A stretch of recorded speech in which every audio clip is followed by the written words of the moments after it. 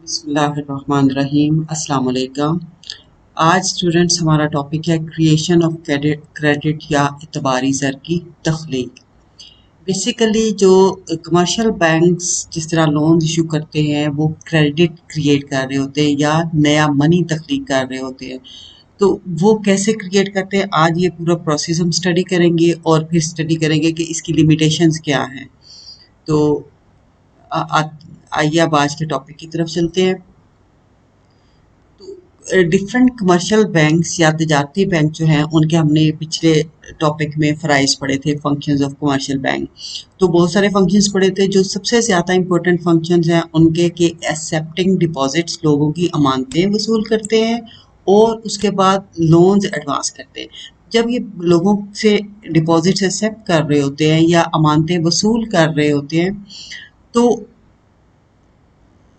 वो उसका कुछ हिस्सा अपने पास रखते हैं और बाकी कर्जों में दे देते हैं। जो अपने पास हिस्सा रखते हैं उसे ज़रे नकद या कैश रिजर्व्स कहते हैं और बाकी ये लोन आउट कर देते हैं। तो बैंक जब लोगों की अमानतें जमा करते हैं और आगे कर्जे जारी करते हैं तो ये दो तरह से बेसिकली कर्जे जारी कर रहे होते हैं। पहला तरीका ये है कि लोगों से कुछ ना कुछ गारंटी या कोई ज़मानत तलब करते हैं और लोग जब अपनी ज़मानत के तौर पे कोई चीज़ रख देते हैं तो फिर कर्जा जारी किया जाता है। दूसरा जो हम पहले भी पढ़ चुके हैं, बिल्स ऑफ एक्सचेंज को डिस्काउंट करते हैं, लोगों की हुंडियों को बट्टा लगाते हैं। जब कारोबारी खरीदार जो है ताजरीन आपस में तिजारत करते हैं तो वो कैश पेमेंट की बजाय हुंडी लिख देते हैं जो कि 3 6 9 माह की होती है। तो वो जब तक उनको पैसे नहीं मिलते, उनको पैसों की पहले ज़रूरत पड़ जाए तो वो कमर्शियल बैंक के पास वो हुंडी ले जाते हैं, वो उनको पेमेंट कर देता है। तो इसको बिल्स ऑफ एक्सचेंज को डिस्काउंट करना या हुंडियों को बट्टा लगाना कहते हैं। तो गोया हमने कहा कि बैंक के जो इम्पोर्टेंट फ्राइज सबसे पहले हैं अमानतें वसूल करना और कर्ज देना, यानी एक्सेप्टिंग डिपॉजिट और एडवांसिंग लोन। और फिर इन्हीं लोन्स में से ये कर्ज जारी करते हैं। कर्ज दो इस तरह से जारी करते हैं, एक लोगों की कीमती चीज़ों को अपने पास ज़मानत के तौर पे या गारंटी के तौर पे रखते हैं और दूसरा लोगों के बिल्स ऑफ एक्सचेंज को डिस्काउंट करते हैं या हुंडियों को बट्टा लगाते हैं। तो बैंक्स जब जो है लोगों को लोन जारी कर रहे होते हैं या उनके बिल्स ऑफ एक्सचेंज डिस्काउंट कर रहे होते हैं, हुंडियों को बट्टा लगा रहे होते हैं, तो बेसिकली वो ज़र की तख्लीक कर रहे होते हैं या मनी क्रिएट कर रहे होते हैं। तो जब भी कोई शख्स बैंक में पैसे जमा कराता है, बैंक ये नहीं कि अपने पास रख छोड़ता है सारे के सारे पैसे। बैंक को अब एक चीज़ का होता है कि उसके कुछ कस्टमर्स जो हैं वो पैसे वापस भी डिमांड करेंगे, बैंक से निकलवाने के लिए आएंगे। तो उनको उतने लोगों के लिए कुछ ना कुछ उसके पास कैश होना चाहिए। अगर वो उनको वक्त पर नहीं दे सकेगा तो बैंक की साख जो है वो मुतासिर होगी। आइंदा वो बैंक पे एतबार नहीं करेंगे, बैंक में पैसे रखवाने से गुरेज करेंगे। उन्हें पता होगा कि ये जब हमें ज़रूरत पड़ी तो बैंक हमें वापस नहीं करेगा। इसलिए बैंक अपनी जो साख को बरकरार रखने के लिए कुछ ना कुछ कैश अपने पास रखता है और बाकी पैसे जो है वो लोन आउट कर देता है। तो जो पैसे अपने पास रखता है उसको कैश रिजर्व्स या ज़र नकद कहा जाता है। तो जो पैसे लोन आउट करता है इसका मतलब है वो दोबारा सर्कुलेशन में, दोबारा गर्दिश में डाल देता है। तो इस तरह नया पैसा दोबारा सर्कुलेशन में आने से जो है वो बेसिकली सर्कुलेशन ऑफ मनी बढ़ रही होती है। तो इस तरह मनी क्रिएशन होती है या ज़र की तख्लीक हो रही होती है। तो अब इसकी एक एग्जांपल के थ्रू हम इसको एक्सप्लेन करते हैं। अब सपोज किसी शख्स ने बैंक में 1000 रुपीज़ जमा कराए या मुख्तलिफ लोगों ने मिलकर 1000 रुपीज़ नई अमानतें या न्यू डिपॉजिट जो हैं वो बैंक में जमा कराए हैं। और बैंक में जो है कैश रिजर्व रेशो बैंक जो फॉलो करता है वो 20% रखा है, यानी 1000 का 20% उसने कैश की फॉर्म में रखना है। 1000 का 20% कितना होगा? 200 रुपीज़, जिसका मतलब है 200 रुपीज़ वो अपने पास रखेगा। अब 1000 में से 200 रुपीज़ उसने कैश रख लिए तो बाकी रुपीज़ 800 जो बचेंगे, 800 रुपये बचेंगे, वो दोबारा सर्कुलेशन में डाल देगा। तो 800 रुपये का कर्जा जारी करेगा। 1000 रुपीज़ बैंक के पास 1000 रुपये आए उस 1000 रुपये में से उसने ज़रे नक के तौर पे 20% जो हमने कहा कि है, हमने सपोज कर लिया कि 20% है, वो 200 रुपये कैश की शक्ल में या ज़रे नक की शक्ल में रखेगा और बाकी 800 रुपये जो है वो दोबारा सर्कुलेशन में डालकर लोन दे देगा। तो इसको हम बैंक की बैलेंस शीट में शो करते हैं। कैसे होगा? अब न्यू डिपॉजिट जो है वो 1000 रुपीज़ है। अब ये 1000 रुपीज़ उसका एसेट भी होता है, लेकिन ये उसने लोगों को चूंकि वापस अदा करना होता है, इसलिए ये लाइबिलिटीज भी होती हैं, उसके वाजिबात भी होते हैं। 1000 रुपये उसके एसेट्स भी हैं जो उसके पास आ गए, नई अमानतें आ गई, ये लाइबिलिटीज भी होती हैं। तो इस 1000 की अब वो डिवीजन किस तरह से करेगा? 200 कैश रिजर्व के तौर पे या 1000 नकद के तौर पे रखेगा और 800 रुपये लोन आउट कर देगा। तो इस तरह उसकी लाइबिलिटीज भी 1000 रुपीज़ है और एसेट्स भी 1000 रुपीज़ है। तो अब ये 800 रुपये जब लोन जारी करेगा, जो लोग वो 800 रुपये लोन लेंगे या तो वो उससे ट्रेड करेंगे या कोई ना कोई खरीदारी करेंगे। तो जब वो खरीदारी करेंगे तो वो भी, ये हमने सपोज कर दिया बैंकों के थ्रू ही हो रही होगी, वो आगे किसी और बैंक की ब्रांच में 800 रुपीज़ पहुंचेंगे, वो बैंक फिर उसमें से 20% जो है फिर रखेगा और बाकी रुपीज जो है वो लोन आउट कर देगा।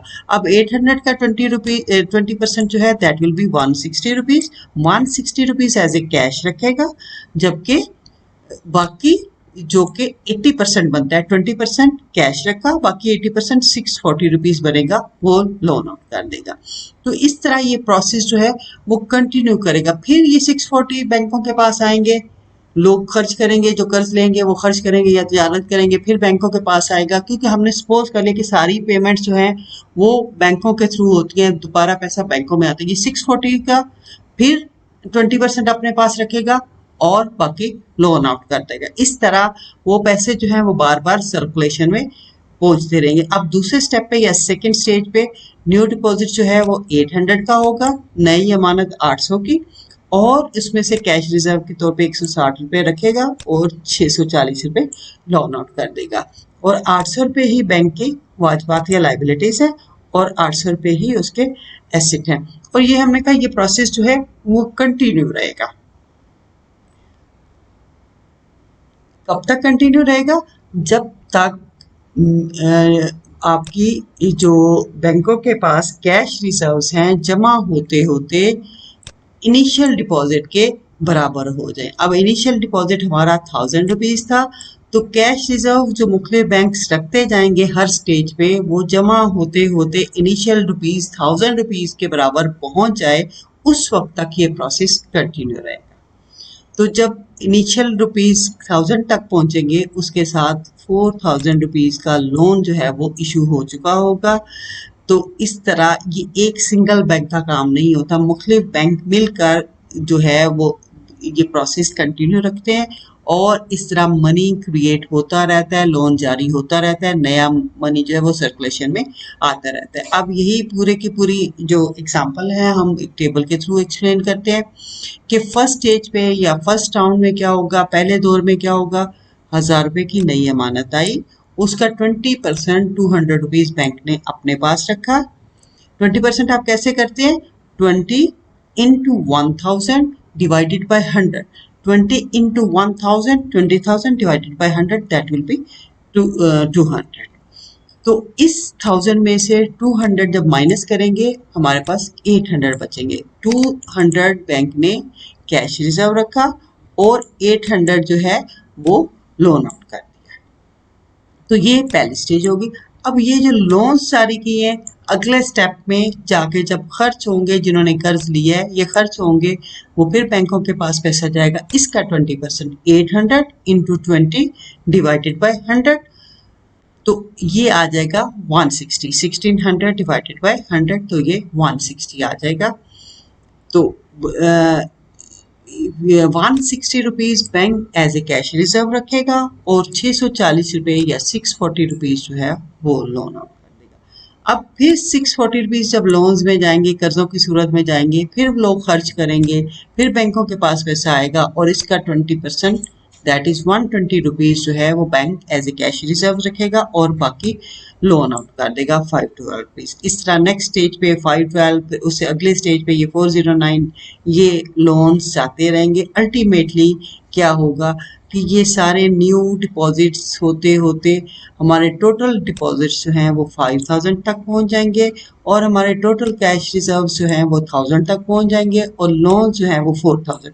अब ये बात आपने जेब में रखनी कि टोटल 5000 है, ये कैश रिजर्व प्लस लोन्स जो हैं ये मिलके ये 5000 के इक्वल होंगे। अब ये टेबल यहाँ तक तो हमारी कैलकुलेशन हो रही है।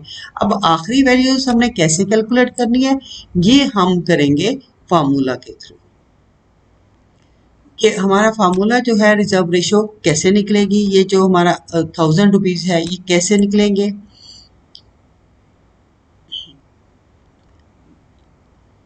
ये है हमारा reserve ratio divided by credit ratio. Reserve ratio हमारी इधर कितनी थी 20%। जो इनिशियल रिजर्व, इनिशियल नई अमानत जो हमारे पास न्यू डिपॉजिट आया दैट इज 1000 डिवाइडेड बाय 20%।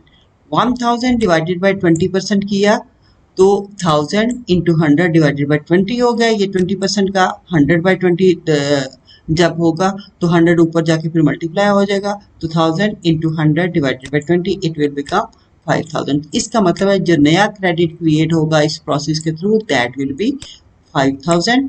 अब इस 5000 का 20% जो कि 1000 बनता है वो एज ए कैश रिजर्व होगा। 5000 माइनस 1000 करेंगे तो बाकी 1000 रुपीज कैश रिजर्व रखा जाएगा और 4000 जो है वो लोन के तौर पे जारी हो जाएगा। तो इसका मतलब है ये आखिरी वैल्यूज जो हैं टेबल की वो हमने फार्मूले से कैलकुलेट करनी। अब ये हम देखें कि बैंक कितना ज्यादा कर्जा जारी करेगा।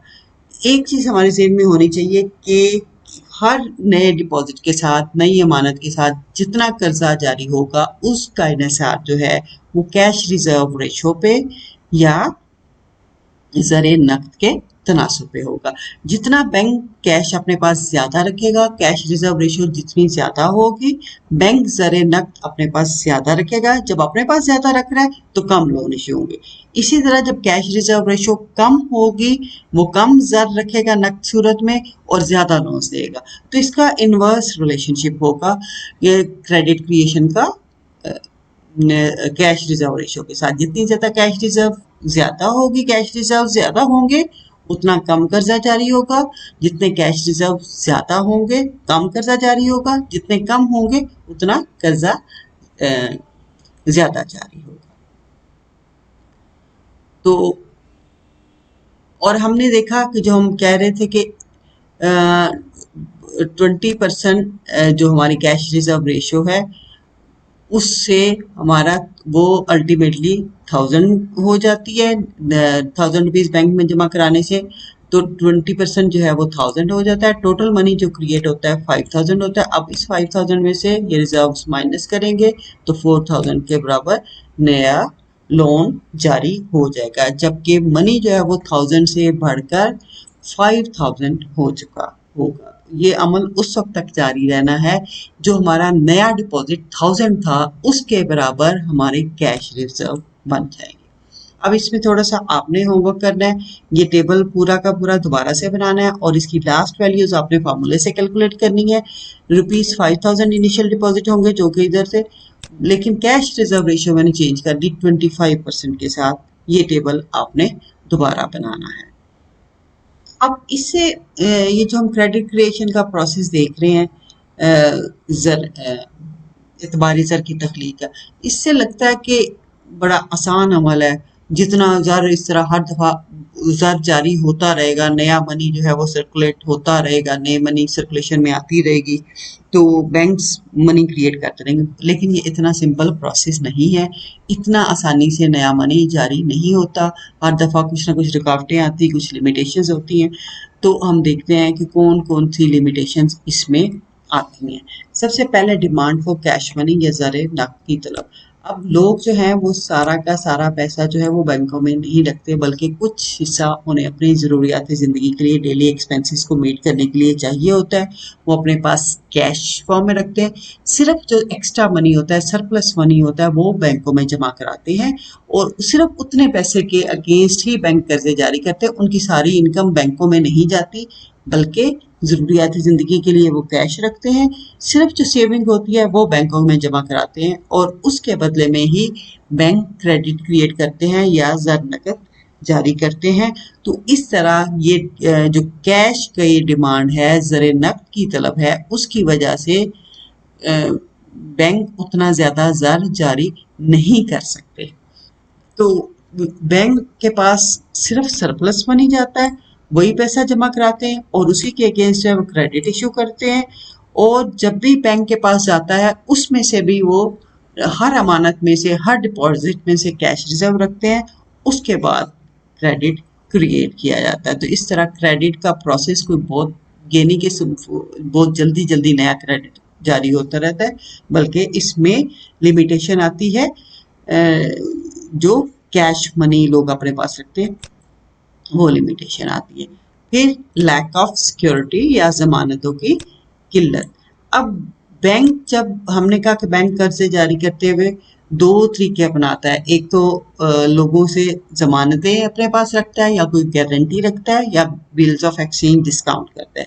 तो जब लोग बैंक से कर्ज लेने जाते हैं, बैंक लोन एडवांस कर रहा होता है, तो उनकी कोई प्रॉपर्टी या कोई वैल्यूएबल, कोई कीमती चीज़ें अपने पास रहन रखता है, ज़मानत के तौर पे रखता है और फिर कर्जा जारी करता है। अगर जिन लोगों के पास तो ये कीमती चीज़ें या प्रॉपर्टी वगैरह होती है, वो बैंक में उसके कागजात रख देते हैं, बैंक के पास गारंटी रख देते हैं और वो कर्जा जारी बैंक उन्हें कर देता है।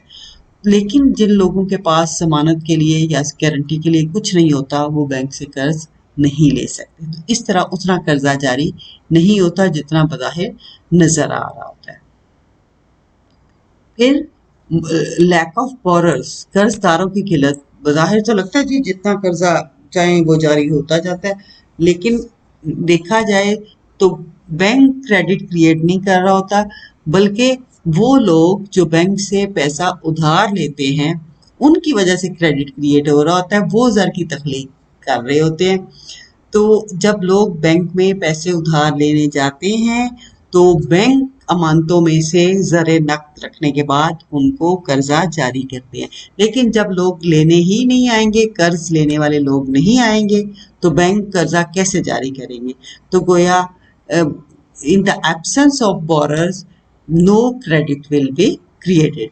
जब कर्ज लेने वाले नहीं होंगे तो कोई कर्जा जारी नहीं होगा।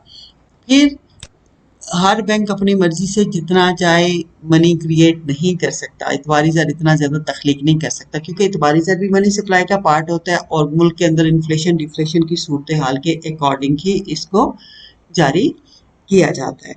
तो ये चूँकि सेंट्रल बैंक जो है वो बाजार ज़र का नाजिम होता है, मनी की वैल्यू को इसने स्टेबल करना होता है, तो वो हालात पे नज़र रखे हुए होता है और इनको भी कंट्रोल करता है कि कितना मनी जो है मुल्क के अंदर मनी ज़्यादा जारी होना है या कम जारी होना है, कमर्शियल बैंक्स को कंट्रोल करता है। तो सेंट्रल बैंक की, मरकजी बैंक की पॉलिसी को बैंकों को फॉलो करना होता है। अगर मुल्क के अंदर इन्फ्लेशन के हालात होंगे, अफराते ज़र होगा, तो सेंट्रल बैंक की पॉलिसी ये होगी कि मनी सप्लाई को कम कर दे। मनी सप्लाई कम करने के लिए वो फिर बैंकों को भी कहेगा कि कर्जे कम मिकदार में जारी करें। तो कमर्शियल बैंक बाउंड होंगे सेंट्रल बैंक की पॉलिसी को फॉलो करने के लिए। इसी तरह अगर मुल्क में डिफ्लेशन हो तो ये उनको कहेगा कर्जे ज़्यादा से ज़्यादा दें। तो इस तरह इन्फ्लेशन की सूरत में भी ज़र की तख्लीक जो है उतनी आसानी से नहीं होती। फिर हम अभी तक पढ़ रहे हैं बार बार कि जब भी कोई बैंक में पैसे जमा कराता है, कोई नई अमानत आती है, तो उसमें से बैंक सारा का सारा कर्जा नहीं जारी करता, बल्कि कुछ हिस्सा कैश के तौर पे रखता है ताकि जब उसके कस्टमर्स पैसे वापस लेने आए, जो पैसे ड्रॉ कराने आए, तो उसके पास मौजूद हो। तो ये कैश रिजर्व जो हैं वो उस डिपॉजिट्स में से, उन अमानतों में से निकल जाते हैं। अगर 1000 की नई अमानतें आई थी, सिर्फ 800 का कर्जा जारी होगा, ना कि 1000 का। तो इन कैश रिजर्व रेशो की वजह से भी बैंक का कर्जे जारी करने का तनासुब जो है वो कम हो जाता है।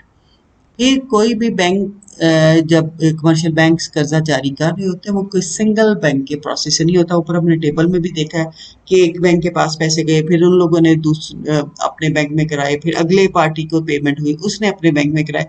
तो इस तरह ये मुख्तलिफ बैंक मिलकर मनी क्रिएशन का प्रोसेस कर रहे होते हैं, ना कि कोई सिंगल बैंक कर रहा होता है। तो ये बैंकों का मुश्तरका अमल है।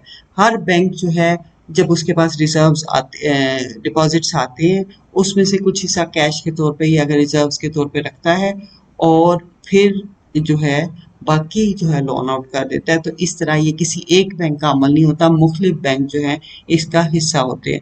तो तमाम बैंक मिलकर ही कर सकते हैं, तख्लीक ज़र का अमल किसी एक बैंक के थ्रू नहीं होता।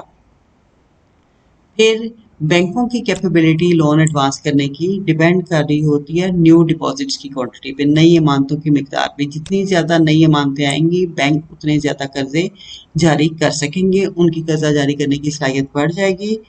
अगर न्यू डिपॉजिट्स ना आए, लोगों की सेविंग्स कम हो, इनकम कम हो, वो पैसे बैंकों में कम जमा करा रहे हैं या लोगों का बैंकों पे उतना एतबार ना हो, वो कैश रखना पसंद करें, तो वो बैंकों में जमा नहीं कराएंगे।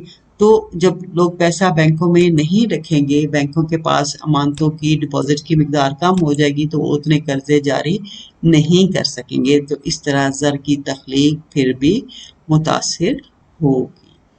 फिर कर्जों का इन्हिसार जो है मुल्क की इकोनॉमिक कंडीशंस या मुआशी हालात पे भी होता है, क्योंकि मुआशी हालात जो हैं वो लोगों की नफ्सियात पर असरअंदाज होते हैं।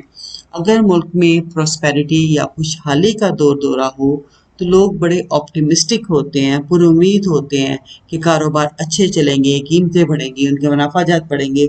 तो ऐसे में वो सरमायाकारी ज़्यादा कर रहे होते हैं, बैंकों से कर्जा भी ज़्यादा ले रहे होते हैं, चीज़ों की कीमतें बढ़ रही होती हैं, उनके मुनाफाजात बढ़ रहे होते हैं। तो उनके अंदर एक उम्मीद की लहर होती है, वो कर्जा ज़्यादा लेते हैं। लेकिन जब मुल्क के अंदर कसाद बाजारी होती है, तो एक पेसिमिज्म का दौर चल रहा होता है, डिप्रेशन या रिसेशन हो, तो लोगों को लगता है जी जो पैसा लगाएंगे चीज़ों की कीमतें गिर जानी है, हमारा मुनाफा गिर जाएगा, हमारे पैसे ज़ाया हो जाएंगे।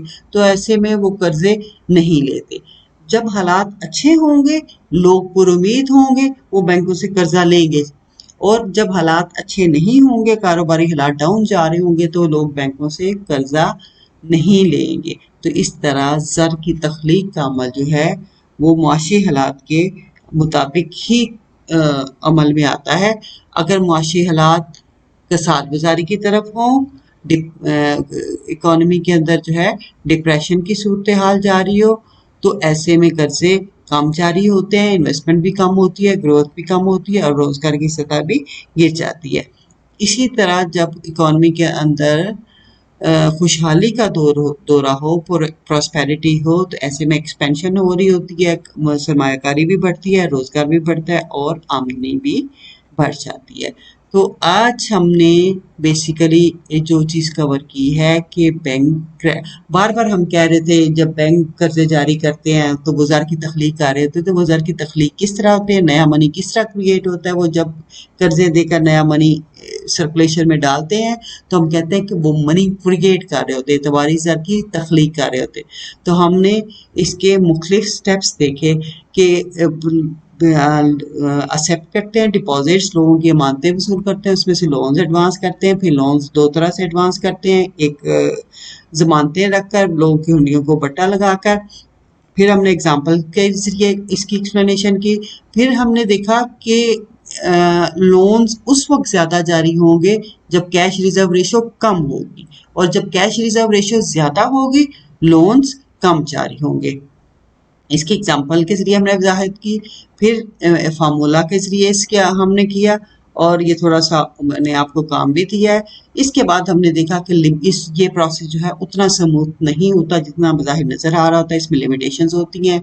लोगों को कैश मनी लोग अपने पास रख लेते हैं, सारा पैसा बैंकों में नहीं जमा कराते। फिर लोग जो कर्जा लेने आते हैं, बैंक सिक्योरिटी उनसे डिमांड करता है, सबके पास सिक्योरिटी उतनी नहीं होती, जिनके पास होती है उनको तो कर्जे जारी होते हैं, जिनके पास नहीं होती उनको नहीं जारी हो सकते। फिर बाज़ का बैंक के पास पैसा होता भी है, कर्ज लेने वाले नहीं आते, बोरर्स नहीं आते, तो उसकी वजह से भी कर्ज जारी नहीं होता। फिर सेंट्रल बैंक की पॉलिसी जो है वो हालात के अकॉर्डिंग वो तय करता है। अगर हालात अच्छे हों, इन्फ्लेशन हो, तो मनी कम जारी किया जाता है ताकि कीमतें जो हैं वो ज़्यादा ना बढ़ने पाए। इसी तरह जब डिफ्लेशन हो तो कर्जे ज़्यादा जारी किए जाते हैं। फिर हमने ये टेबल में भी हमने देखा कि कैश रिजर्व रेशियो जितनी ज़्यादा होगी, मनी उतना कम जारी होगा। कैश रिजर्व रेशियो जितनी कम होगी, मनी ज़्यादा जारी होगा। फिर हमने कहा कि कोई एक बैंक मनी इशू नहीं कर रहा होता, बल्कि तमाम बैंक मिलकर कर रहे होते हैं। फिर जितने नए डिपॉजिट्स बैंकों में आएंगे, उतने ही ज़्यादा कर्जे जारी होंगे। अगर डिपॉजिट्स कम होंगे तो कर्जों की मिकदार भी महदूद रह जाएगी। फिर मुल्क के माशी हालात का भी कर्जों की मिकदार पर असर होता है। माशी हालात अच्छे हों तो लोग ज़्यादा कर्जे लेते हैं, माशी हालात ख़राब हों तो लोग कर्जे कम लेते हैं।